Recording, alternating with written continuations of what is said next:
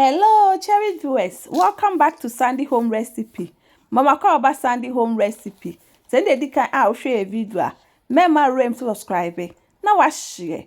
Now I like it. No me a notification bell no. Say the video be about 2 hours abeka. To my returning subscribers, thank you so much for your support. May the good Lord bless you all. The just a 4 Ghana party small chops. It tastes really nice. Until we party, I'll bet me aye achiche. All ingredients are written in the description box below. Yes, start your first one here coated peanut. What the fresh groundnut 2 cup bomu. What the 1 teaspoon salt, 2 cup hot water. Now we just walk Akara. We are no so nisu in so no. What the good tray so. Now what da kwesi ewiem ama na wo. Emra esi ewiamu no what the 1.5 cup all-purpose flour gu ademu, 1/2 teaspoon salt, 2 tablespoon powder milk. One mixing it together. We are now the esi in chain. With the 2 eggs egu ademu, 1 teaspoon vanilla, 2 tablespoon brown sugar. Now we're mixing it together. We are now the no so esi in chain. Wakore se Groundnut na ye na we ye free ewia nimu wo de agubu a wo beye wo mu wo sa wet mixture na de aye ho wo wia na wo de dry mixture no so eden ebi egu ho sa na be ni nyina akusita ma ebe ko tiye.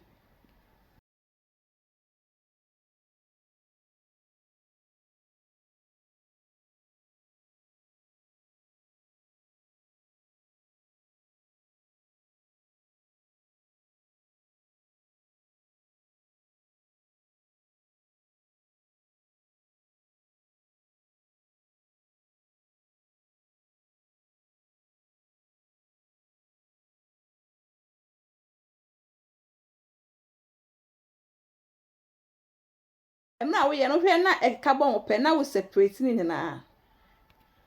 Please, if you are new to our channel, don't forget to subscribe, share, like, and also click the bell icon to get new video we will post.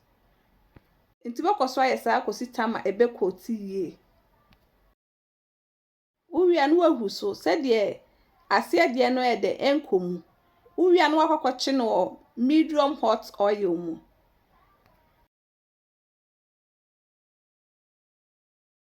But tem bia se wona ne dane said ye enhye.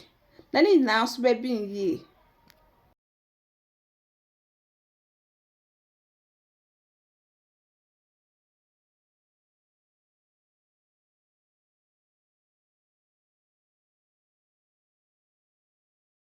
Abin na wayiyi esi nchen. Ni abaye second one. The second one ye Ghana rich cake. And also be to 80-gram butter. 1/3 cup sugar. Now what the electric mixture EBT.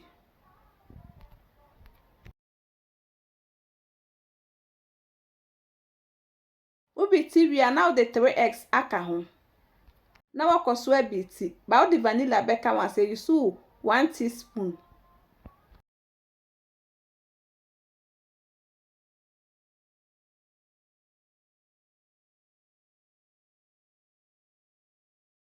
Many mix now the 1.5 cup all-purpose flour egumu. 1/2 tablespoon baking powder. One mixing nyina together. We are now the 1/3 cup milk by optional on fire the enka ho. 3 tablespoon condensed milk. What koso eden EBT.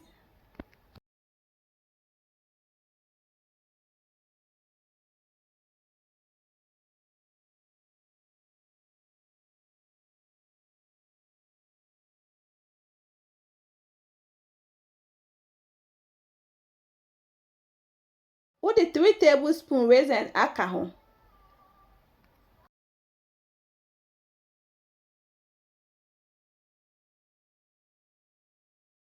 One mix na da kogu prepare cake pan mu. What baking 180 degrees for 40 minutes. After 40 minutes, ni weji amanaju ansa na wetwitwa. Ye wutwitwa set size ne ye nketwa. Enye so twa na kese mebre.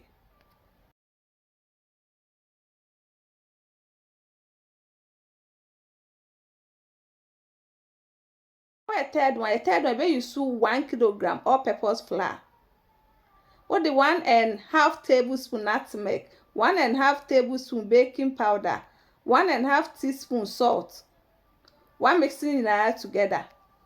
We are now the 100-gram butter aka ho. No akoso a mix it.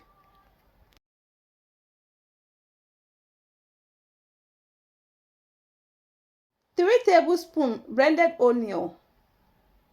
1 cup water. No one mix it amana for me do. But we need so ni so wetimi di bi eden aka ho.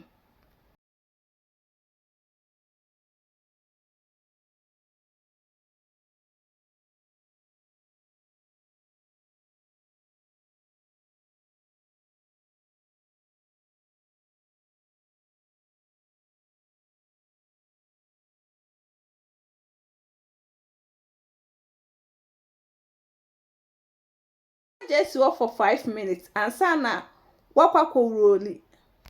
Se wo machine obetimi ayusu se wo ni bi di adbeto working surface so na wa roll. We are na wa cut it into sizes.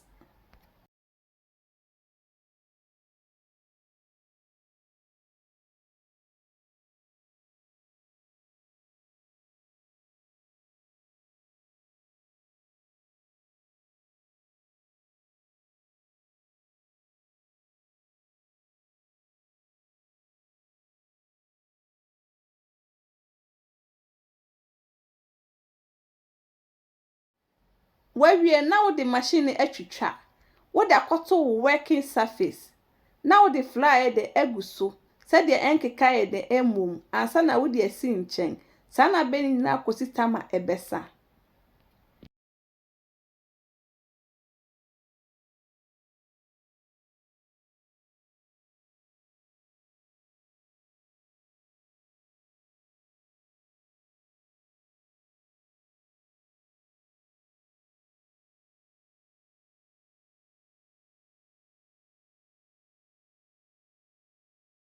Watching no medium hot oil mu.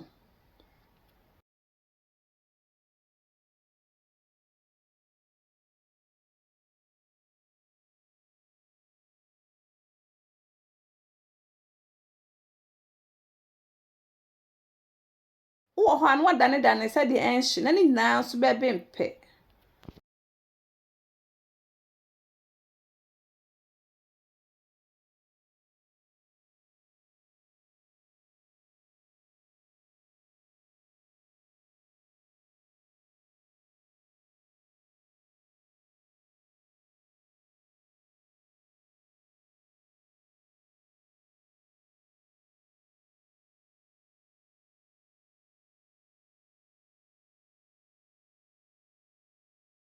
Aha no akakra na aye ready.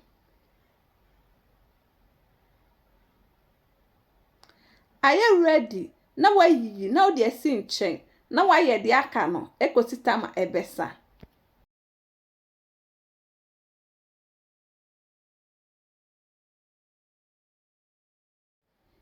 Ye kwa last one ye don't know. Be use 1.5 cup all-purpose flour, 3 tablespoons sugar, nutmeg, baking powder, butter or margarine. Now I'm mixing that together. We are now there. 2 eggs aka ho. Yogurt by optional on fanka ba the can one e ma wonya more taste. What the milk aka ho. Vanilla. One mixing that together.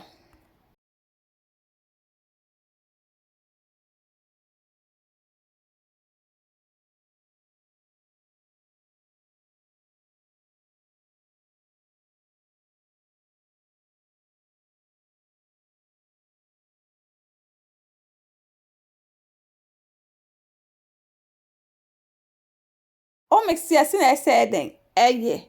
No akwachi medium hot oil mu.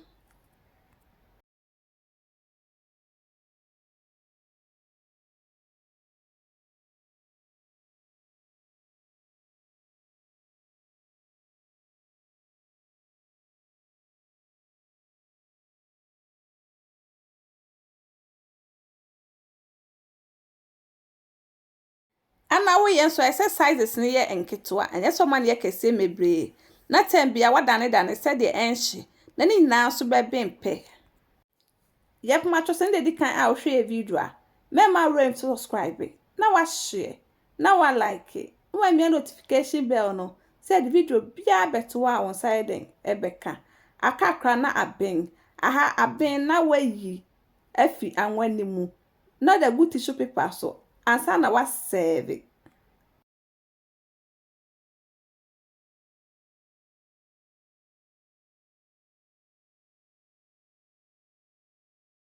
Ni nyina no no wa serve ni nyina together into ufa chips ni bi pe now they go a rubber obe package wo mu na why you donut ni bi aka ho any cake no any coated peanut no sa na be package ni nyina ecosystem ebesa enti we wo ye party a ubetimi aye acheche afenso me ye we na me taste ye no it tastes really nice. You will love it if you give it a try.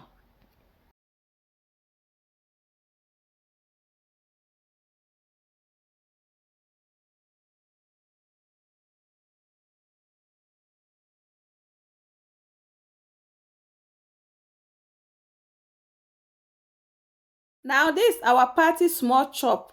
Please like this video and subscribe to our channel. Thank you so much for watching.